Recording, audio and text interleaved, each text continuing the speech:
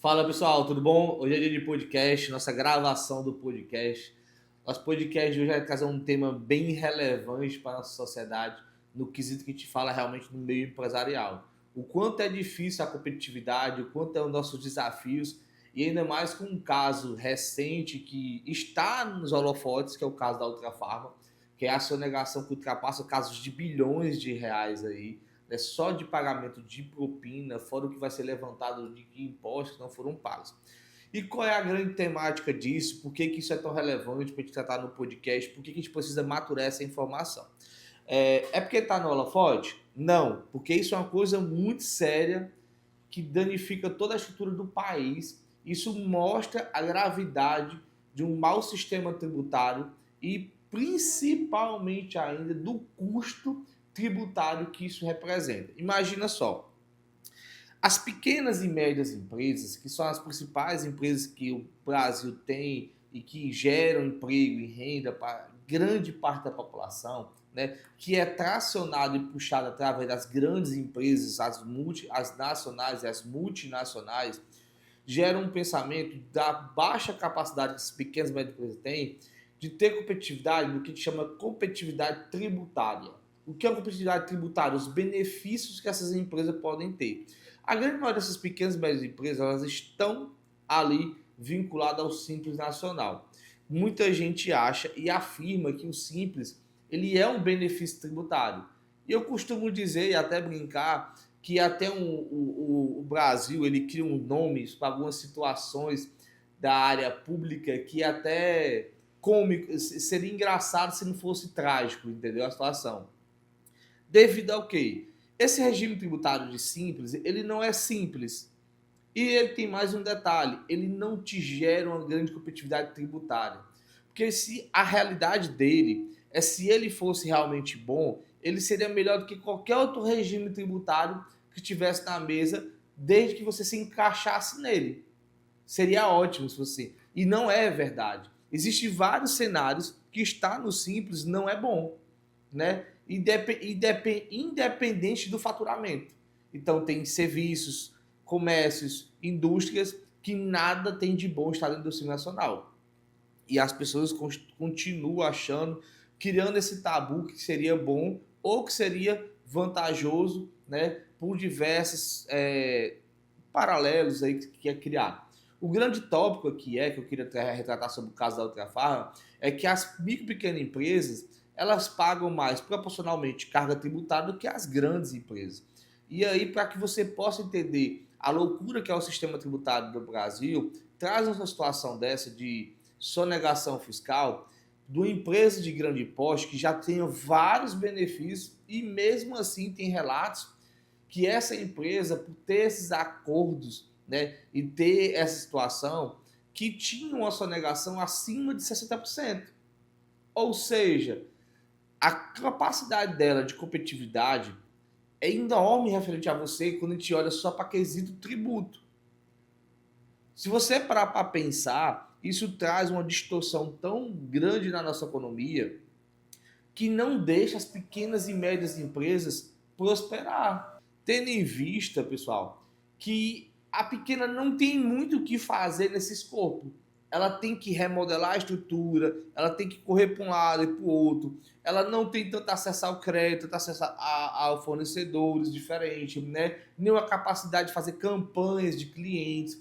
Isso tudo trava a economia local. Então, olhando para isso, sempre o ponto que eu gosto de trazer é o que a gente deve fazer, né? O que qualquer empresário deve fazer numa situação dessa, que é preocupante, e eu dou o exemplo também, que não são um mega caso igual a Ultrafarma. Aqui no Ceará também teve um mega caso envolvendo uma área de tecidos, né? De uma área, né, de roupas. E isso foi também um baita escândalo, mostrando que todo o ecossistema que o Estado do Ceará tinha referente a esta questão, né, de roupa, de tecidos e coisa e tal, foi desmanchado e até hoje sofre devido a um esquema também parecido do que tange a questão de sonegação de impostos que travou todo o mercado local. E o Ceará era um polo de exportação para todo o Brasil e fora do Brasil de roupa. E hoje já não é tão forte assim, porque isto danificou muito o nosso polo de roupa, nosso polo fashion, enfim, todas essas questões são muito danosas. E eu trago o ponto de redundância que o pequeno e médio empresário foi a pessoa mais prejudicada dessa situação. E aí o grande ponto é, poxa, o que nós como empresário devemos pensar sobre isso? Né? Porque os nossos representantes, principalmente com a reforma tributária, vem trazendo mais complicadores ao nosso ecossistema. E, cara, a realidade é que nós temos que ser pragmáticos nisso. Entender o que deve ser feito e o que deve ser trabalhado. Ou seja, olhe para o seu negócio e realmente busque entender quais são as alternativas e possibilidades que você vai ter tributariamente. Porque o caso da Ultrafarma, que é um caso escancarado lá em São Paulo, mas teve um caso bem similar a esse caso aqui no estado do Ceará, é um auditor fiscal chega até uma empresa de médio ou grande porte e ele diz que tem uma consultoria a ser apresentada, um projeto a ser elaborado que consegue trazer ganhos substanciais de economia tributária para a empresa. E esses ganhos dão 100% de certeza. Quando, na verdade, a empresa se depara numa situação que não era a maneira correta de seguir dali. Como obter crédito de ICMS, como diminuir dívida de ICMS. Então, uma coisa que eu gosto de trazer para a nossa realidade, e acabei de fazer isso com um cliente agora recente, que a gente recuperou 21 mil reais em impostos pagos de maneira errada. Mas tudo com a fundamentação legal. Tudo com base em análise de dados e construção de informação. E aí o ponto de tudo isso que eu costumo trazer para nós que somos também especializados na área de recuperação tributária, de planejamento, de reestruturação, eu gosto muito de tocar esses casos porque é algo que é até um contra-marketing. Quanto mais eu mostro isso, mais eu mostro as fragilidades que você pode estar ocorrendo isso. Só porque diferente da situação dessa, né, eu trago a fundamentação legal porque a gente está fazendo isso. Mostro na lei quais são as observações, porque estamos seguindo aquelas diretrizes. E quais são a segurança disso. E não porque eu, Valdemir, vou de alguma forma arranjar um jeito escuso para aquela operação. A reflexão maior deste processo é você pensar que do grande empresário, de fato, né, as grandes empresas, o poder público tem dado mais competitividade às grandes empresas do que as médias pequenas empresas. Isso tem danificado a geração da economia. E a gente tem que sim falar sobre isso. Precisa trabalhar isso em diversas frentes, mas a principal frente é, poxa, eu vou mudar a minha estrutura operacional para ganhar mais competitividade. Existem algumas fórmulas que eu posso te dar aqui de cara. Existe uma relação que você pode usar, né, montar uma relação jurídica, tá bom? Se você souber trabalhar isso, de como usar, né, a sua operação de uma maneira de e-commerce, trazer um benefício tributário, realmente. De você fazer uma segregação das suas linhas de produto, entender como é que a tributação por produto e como você consegue remodelar esse caso. Olha, grandes casos tributários vêm da origem da remodelação da operação. E um exemplo claro e absoluto quanto isso é importante. Uma coisa, você que é do segmento de alimentação, é você comprar a polpa. A polpa do produto, entendeu? Da fruta, né? A polpa processada é uma coisa.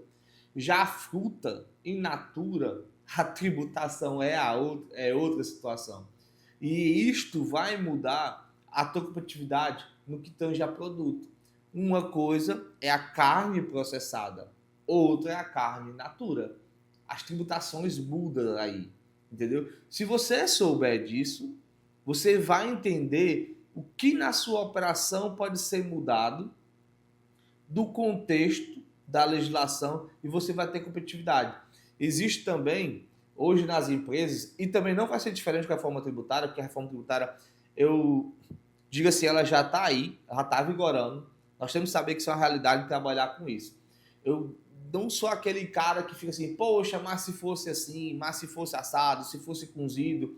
Não, eu olho se está cozido, assado e trabalho a partir daquele momento. Porque é isto que a vida nos impõe. E aí você consegue fazer essas pequenas mudanças, e essas pequenas mudanças vão te dando competitividade tributária de acordo com a sua capacidade de entender isso, da sua capacidade de viver essas realidades. E essas pequenas transformações que muita gente acha que é boba, traz grandes resultados. Traz grandes resultados de operação. Um dos casos mais icônicos agora recente é o caso do McDonald's. O McDonald's deixou de comprar carne processada, começou a comprar carne in natura. Por quê? Porque muda a tributação. E essa economia vale a pena para ele. Valdemir, isso é um exemplo do McDonald's, que é uma mega empresa. Olha, eu concordo contigo que é o exemplo do McDonald's, que é uma mega empresa.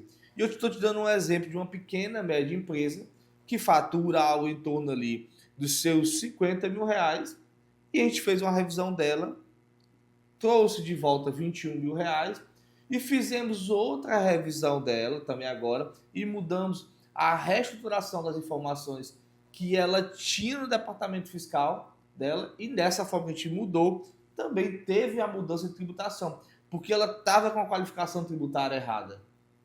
Outro fato também que eu costumo relatar é a questão do simples, né? Que muitas empresas não servem. Eu tenho um exemplo de uma empresa que fatura especificamente 50 mil reais e ela não pode estar no simples de serviço, porque eu faço o comparativo, analiso essa informação e vejo por que ela precisa mudar. E aí eu gosto de trazer o caso da Ultrafarma, gosto de trazer o caso da confecção do estado de Ceará, que teve no estado de Ceará também, desses crimes que aconteceram, para te mostrar o seguinte, né? Não é só nós que somos muito inteligentes. Existem várias pessoas também que são inteligentes, que estão monitorando as informações do patrimônio das pessoas e como isso acontece. E estas mudanças acabam, né, uma hora ou outra, sendo destruídas se você não construir a sua empresa e o seu patrimônio sobre coisas sólidas, né? E o exemplo são esses. E aí o que adianta? Ó, foram presos joias, criptomoedas, né? Que eu achei muito inteligente a pessoa ter comprado criptomoedas, porque é uma das maneiras mais fortes de você defender em operação contra o próprio Estado é a criptomoeda, pela forma que elas são criadas, tá bom? Isso é até um debate futuro de como a economia, como os estados, os países vão se comportar frente a criptomoedas, né? Outro foi preso carros de luxo, 56 imóveis foram bloqueados. Todo esse patrimônio trabalhado e construído está sendo penhorado perante essa operação. Aí a conta básica que ele vai ter que fazer é se matemática. Isso, pessoal, não estou aqui trazendo para a área criminal, não é minha área. Eu não sou um especialista criminal, eu sou especialista tributário. E como tributário, eu tenho que fazer conta de conformidade, conta de operação, conta de economia, conta de resultado. Eu tenho que saber segurança jurídica, eu tenho que saber essas coisas. Não consigo trazer para criminal disso, até porque essa novela vai ter muitos desdobramentos do qual eu e você não vamos ter ciência. Porque o jogo é assim, entendeu? Isso deveria virar um caso de estudo nacional. E o governo deveria repensar a tributação do Brasil para reduzi-la drasticamente. Né? Um dos caras que é mais contra a tributação sou eu, porque eu entendo que a carga tributária do Brasil ela é inviável para as operações empresariais. Ela é danosa, ela traz esse tipo de benefício ao risco que trouxe esse segmento empresarial. Tanto para o auditor fiscal quanto para o empresário. Só cometeram esse ilícito igual o criminoso de qualquer outra área, porque matematicamente, muitas das vezes, compensa. Compensa falando de números, não do crime que nunca compensa. Você sabe? E isso é uma seara que as pessoas não estão olhando. E isso é muito danoso a todo o processo. Então, ou seja, todo o patrimônio construído, toda a marca e relacionamento com fornecedores, todas as operações, tudo aquilo que foi feito naquela empresa está comprometida. Aquela empresa, todos os empregos, tudo está comprometido. Vai precisar mais do que nunca de gente especializada para contingenciar esse processo para que ela fique de pé e possa voltar a caminhar. Valdemir, você quer que aquela empresa fique de pé e volte a caminhar? Claro que eu quero, porque quem comete o ilícito são as pessoas, não são as empresas, né? Claro que a empresa também tem que pagar, porque ela é feita de pessoas e tudo, mas, cara, destruir uma empresa é destruir uma parte da economia do nosso país. E no Brasil, quando a gente olha ainda mais no sentido mais amplo de economia, nós não temos nem, acho que a última vez que eu vi, não tem nem 400 empresas na Bolsa de Valores. Isto mostra o quanto o nosso país ele não é próspero para a captação de recursos em empresas. Teve um grande investidor, que é um fundo um dos maiores investidores do mundo, que é o Jorge Soros, saiu do Brasil e foi para a Coreia do Sul, que é um país minúsculo. E o Brasil, um país continental tão atrativo, saiu daqui por conta disso. Então, o grande ponto é, o pequeno e médio empresário precisa buscar educação e gente especializada que consiga dar retorno a ele. E não fazer conta, né? Com todo respeito aos padeiros, porque meu pai tinha padaria, eu trabalhei com meu pai na padaria dele, mas não fazer conta de bodega, de padeiro. Fazer conta, poxa, se eu vou ter um profissional especializado que consegue dar esse retorno, o valor que eu pago a ele tem que ser calculado com base na rentabilidade daquela operação. E não você querer fazer um jeitinho ou outro para ter uma economia e depois construir um patrimônio, esse patrimônio ser elevado. Que o grande caso das operações com as grandes empresas que já tiveram no Brasil é que isto, com o tempo, vão ser esquecidos. E esses casos, a gente, na nossa cultura, não traz como um aprendizado, que é um dos casos mais fortes de aprendizado que a gente pode ter. Vai ser aí. Esse conhecimento e essas soft skills que vão estar ali é fundamental para que qualquer micro e pequeno empresário entenda. Poxa, eu preciso ter uma modelagem, buscar conhecimento, eu preciso ter várias vertentes de trabalho. Hoje, quando eu olho para mim, né, nas nossas operações que a gente tem aqui dentro do nosso hub de negócio, eu fico toda hora pensando, poxa, quem eu preciso me aproximar, quais são as pessoas que eu preciso trocar ideia, as pessoas que eu preciso buscar conhecimento para que eu possa construir esse ecossistema, entender como caminhar e, de fato, proteger o patrimônio, dar segurança jurídica e saber que qualquer operação que venha contra um cliente meu, ele vai estar respaldado, ele vai estar seguro. E isso não vai dilapidar o patrimônio de pessoa física, pessoa jurídica, daquele segmento empresarial que está com a gente. Então, o caso Ultrafarma assim, é um caso que a gente tem que pensar, imaginar sobre ele, o que a gente tem que fazer para não cometer esses erros. E não cair na bobagem que as pessoas acham ainda que as operações financeiras do Brasil não são mapeadas. Em janeiro deste ano, tivemos um caso que muitos de vocês podem estar esquecendo já, que foi o caso da instrução normativa sobre o PIX, que passava para 5 mil reais. Aí eu disse assim, nós já temos uma pior, que é de dezembro de 2015, que ela é de 2 mil reais de transação financeira. E as pessoas ficaram de boa com isso, entendeu? Então, tudo isso está mapeado. A Secretaria de Fazenda de todos os estados tem acesso às operações de cartão de crédito das empresas, das bandeiras das empresas. Boa parte das secretarias de Fazenda já tem acesso às contas bancárias das empresas de maneira automática e automaticamente do Pix. E aí você acha que ainda vai estar fazendo alguma coisa que não vai estar sendo monitorado ou encontrado? Então essa história não existe. Então o podcast de hoje é para desmistificar esses limbos que se criam e que a gente precisa entender o risco. E esse risco é só para você pensar o quê? Cara, como é que eu protejo o meu negócio? Como é que eu sei que eu estou seguro? E aquilo que eu preciso fazer para continuar prosperando e minha empresa continuar crescendo e se desenvolvendo. E aonde, nessa pinóia de imposto, que eu consigo ter o máximo de eficiência tributária, pagar o mínimo possível dentro da legalidade. Esse é o maior desafio de qualquer empresário. Porque, de fato, a carga tributária no Brasil é a maior responsável por fechamento de empresas. E a reforma tributária também vai ser. Não vai ter eficiência de ganho empresarial. Só tem ganho e eficiência de ganho da área fiscal arrecadatória. Poxa, Valdemir, é um podcast de má notícia. Não, é um podcast de excelentes notícias. Você tem que saber a realidade. E sabendo a realidade, é aí que a gente trabalha. Porque da mesma forma que vai ser para você, vai ser para mim. Né? Esses ganhos, principalmente na área de serviço, vai ter um aumento estratosférico. E eu preciso requalificar tudo isso. E essa requalificação tem o intuito e a segurança de nos colocar na melhor posição para superar esse desafio que vem pela frente. Qual é o grande aprendizado aqui então?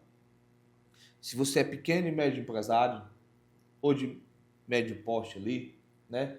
Você precisa sim ter a segurança. E eu falo assim, poxa, o cara só fala com o contador quando ele quer reclamar do contador. Tu não fala com o teu contador para mostrar para onde a tua empresa vai crescer e o que ele, perguntar para ele quais são as opções que você pode ter.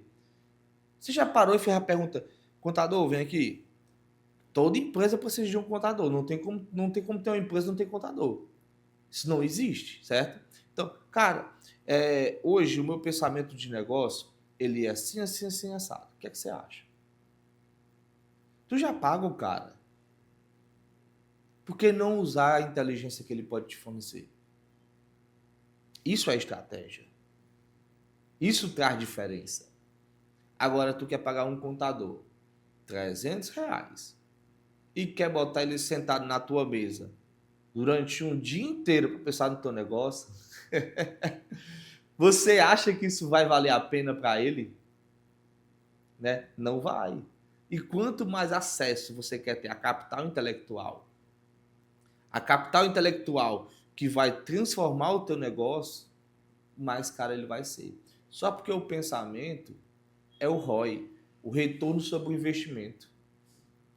Eu vou pagar aqui R$1.000 a contabilidade, mas essa contabilidade vai me dar meu relatório de carga tributária, vai dar meu relatório de indicador de custo de folha, né? Vou ter ali um balanço, uma DRE, né? E R$1.000, pessoal, para ter essas informações é muito barato. E aí você tem um caso que você é um pequeno e médio empresário, não quer pagar R$1.000, um caso de um cara que pagou bilhões de reais para ter competitividade tributária e eficiência tributária de maneira ilegal, que aí, sinceramente, eu ainda tenho muitas dúvidas dessa operação. E eu estou só falando sobre esse caso, aquilo que a gente tem de informação de jornal, de revista, e tentando conhecer mais essa situação toda, para entender como ela se deu, como ela caminhou, onde foi que ela passou por ilícito, porque normalmente as pessoas não chegam assim, ó, ei, vamos sonegar impostos? Não se começa assim não, mas as pessoas vão aos poucos se conhecendo, vão fazendo promessas. Uma das matérias eu vi que o auditor fiscal deu 100% de segurança do que ele estava fazendo para o empresário. Isso é muita segurança, 100% de segurança. Né? E aqui, meu povo, não é um ataque ao servidor público, não é um ataque a nada, é só um pensamento que tem que se ter, porque existe muita gente decente na parte pública, na parte empresarial, a grande maioria das pessoas são decentes. A grande verdade é essa. O mundo não comporta o contrário disso, tá bom? Então, isso é uma verdade absoluta. E aí, a prova de tudo isso é assim, ó. Você quer ter tranquilidade, quer ter soft skill para fazer gestão tributária e conhecer melhor os números da sua empresa, então invista um tempo nisso. Porque hoje aqui na Contropax, a coisa que eu acho mais importante, mais interessante da que a gente constrói, muitas das coisas hoje que chegam até mim da empresa são coisas de estrutura da operação que a gente precisa remodelar. E são aquelas pequenas coisas que eu tenho que saber que isso não pode tirar o meu foco, porque tira o meu resultado. Meu foco sempre vai ter que estar aonde muda o lucro da minha empresa. E é aí que o senhor também tem que estar. E a contabilidade muda o lucro da sua empresa.